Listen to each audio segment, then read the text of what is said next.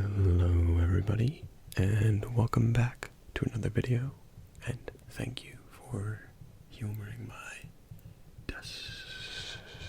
desolate ambitions. For today's video, I'm going to be reading an SCP tale titled Fire and Brimstone. And without further ado, I'm going to get into it. The lock was opened, and with it the word desolate. Each bringing their own Armageddon with them. Some desired to cleanse the world in fire, a few in ice, others in darkness, but all endings result in the enslavement or destruction of humanity as they know it. They all arise, bringing death and destruction with them. These divine entities awoke when called by the lock, but yet their demons continue to slumber. As Patrick scrambles over the fence and starts his walk towards the town in the distance, he can hear his friends goading him on from the fence. He's timid and quiet, yet as he strolls down the solitary road, he just can't understand why he accepted the dare. He follows along on adventures, and he gets into mischief with the rest of his friends, but he is never the leader, or even one to act out on his own. They were all just supposed to be staying over at Kyle's house. Then Brendan had to call out Patrick on never doing anything brave. Daring him to do this, to prove his bravery, was stupid. But accepting it was somehow even more stupid. Walking along the road, he looks over the fields on either side of him. Even from where he is, he can see that small holes perforate the grass. Each one spews nauseous clouds of gas, colorless but hot. They make the surrounding air shimmer. The natural state of reality is chaos and disorder.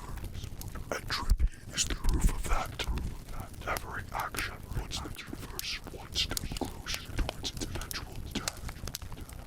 No matter how much mortals try to reverse it, chaos will always end up winning.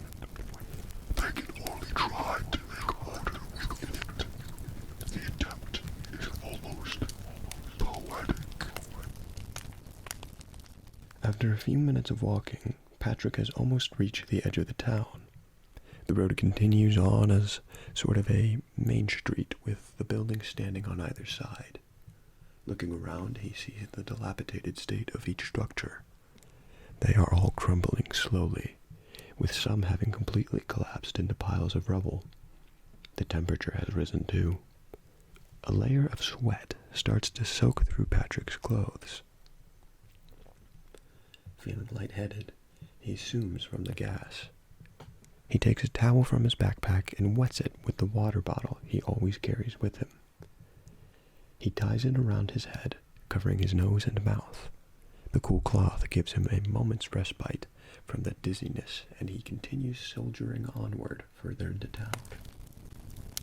Beings of the occult do not exist inside reality.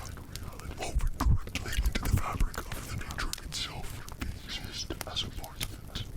Because of this, they are not ruled by chaos and order, but instead by balance. Good and evil, yin and yang, light and darkness. For everyone, an opposite must exist. After he accepted the dare, Patrick asked what was so dangerous about the town. All he was told is that there was a bunch of nauseous gas being spewed that smelled pretty badly. Chuck decided that would be a good time to make a fart joke.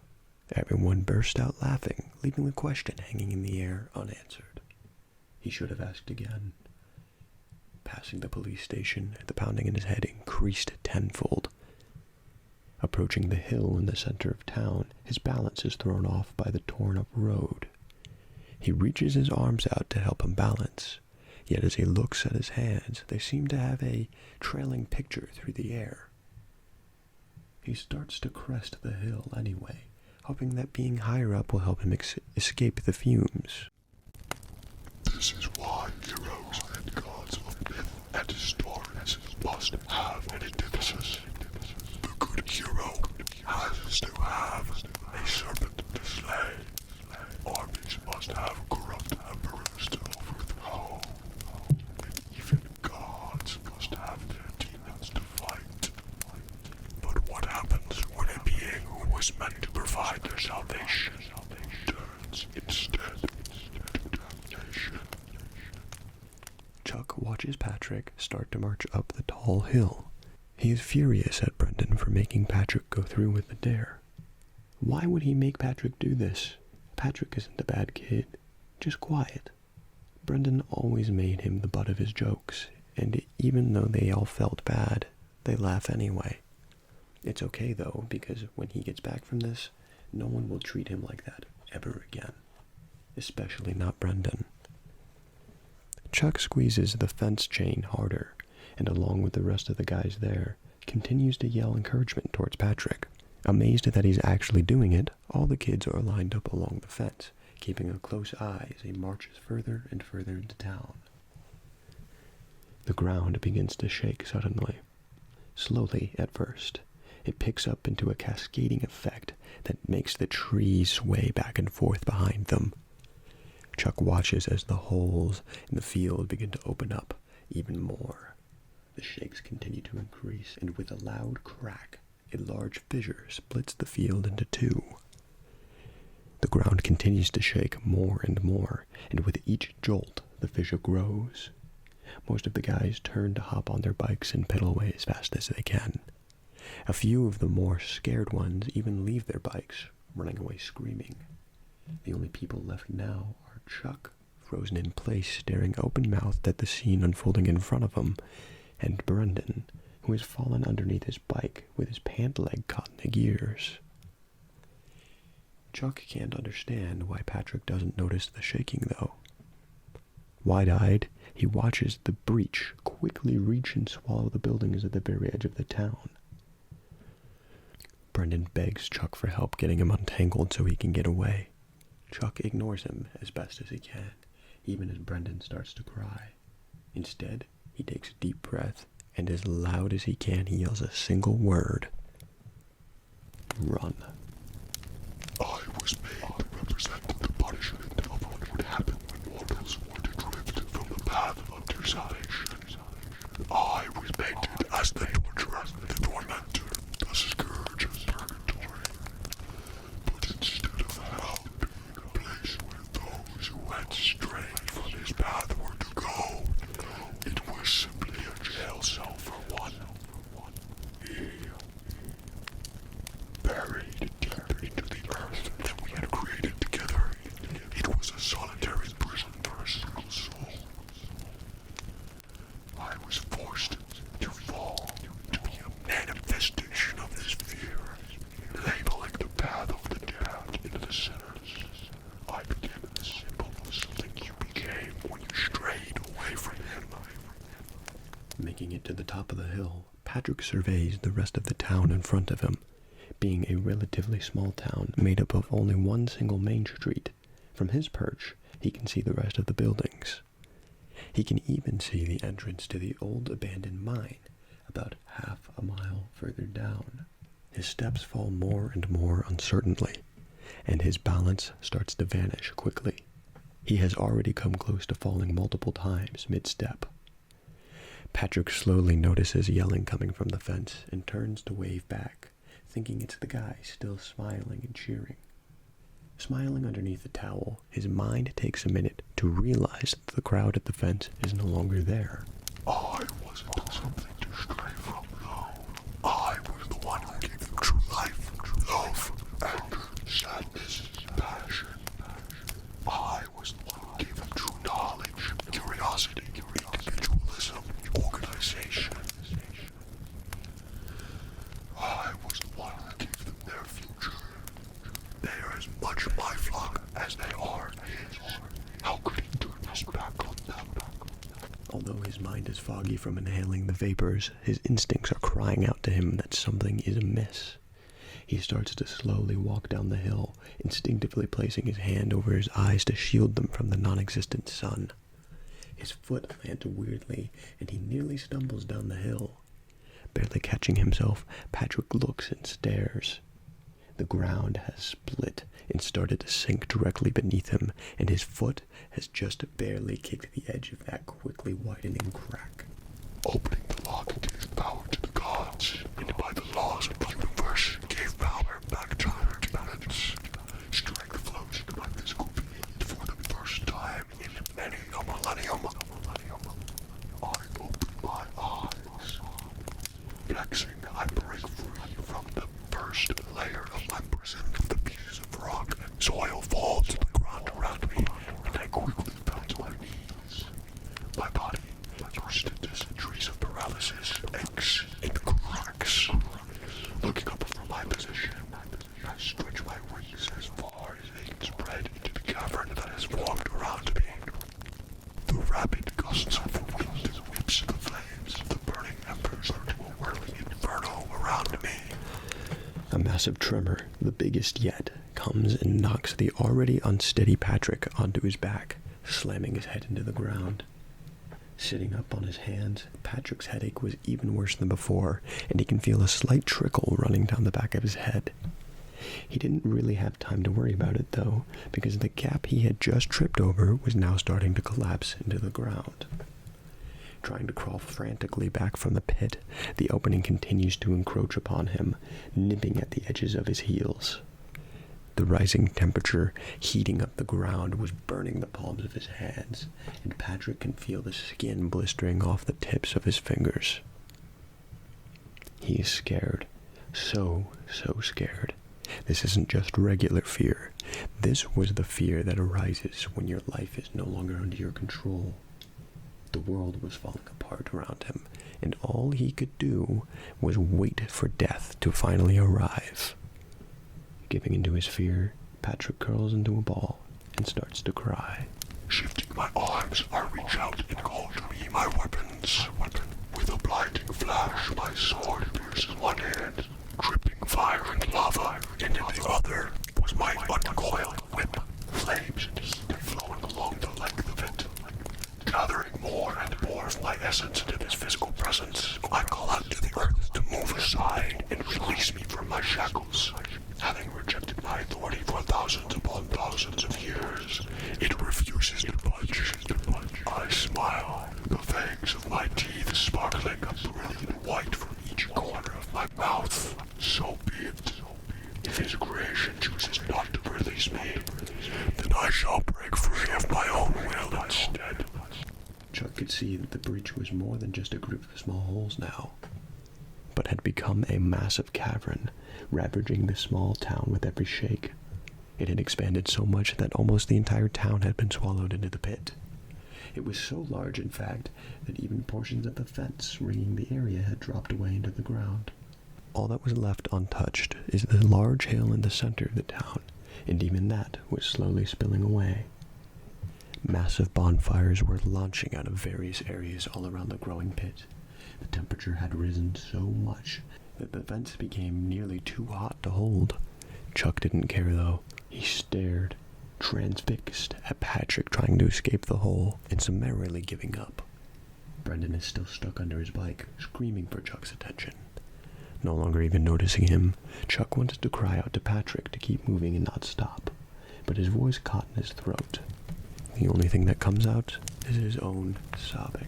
Spreading my wings as far as they can reach, I roll all my weight onto my heels, keeping my balance under me.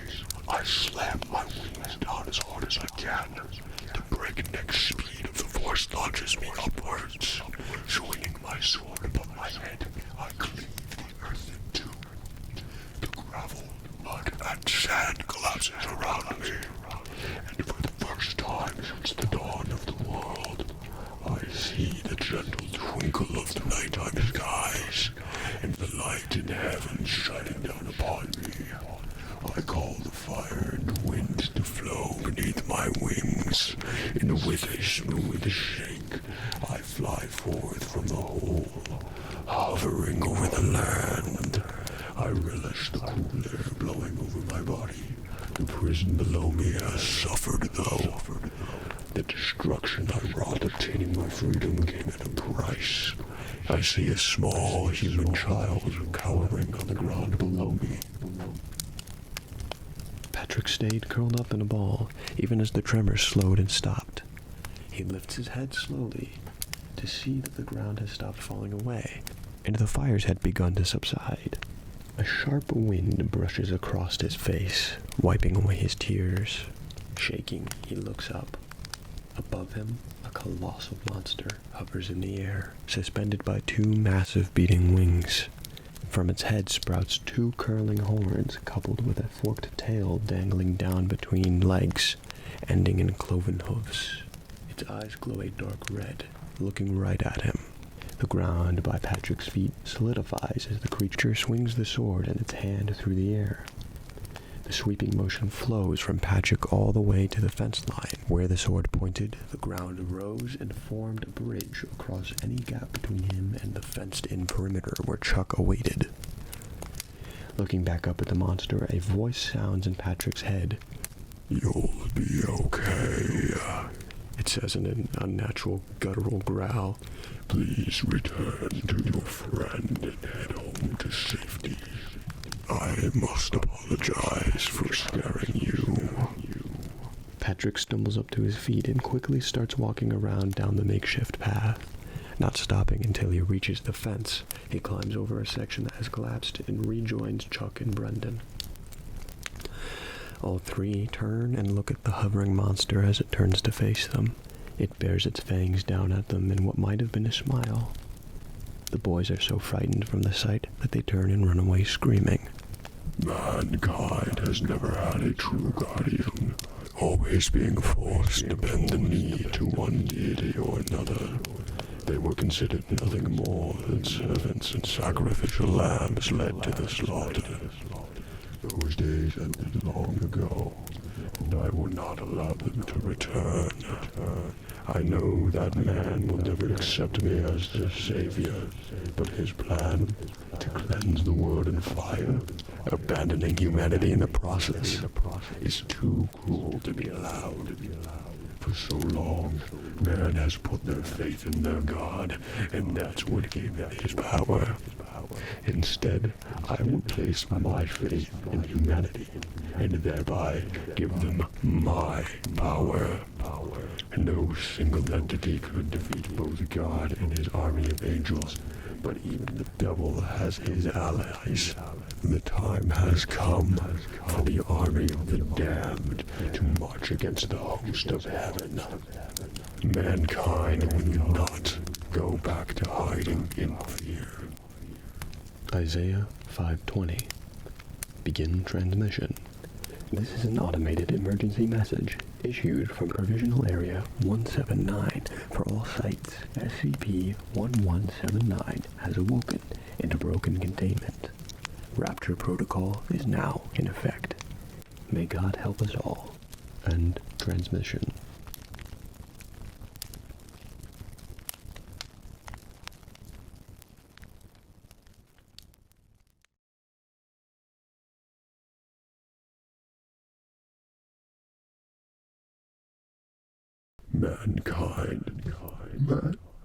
Jesus.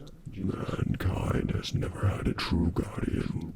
With a blinding flash, my sword appears in one hand, dripping fire and lava.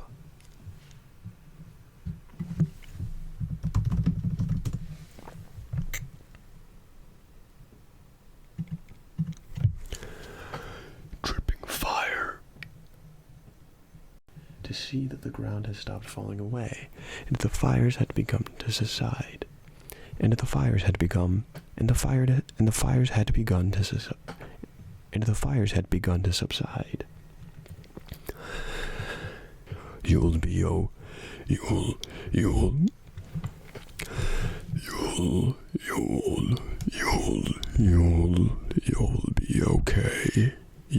be okay. You'll be okay. It says in an unnatural guttural growl.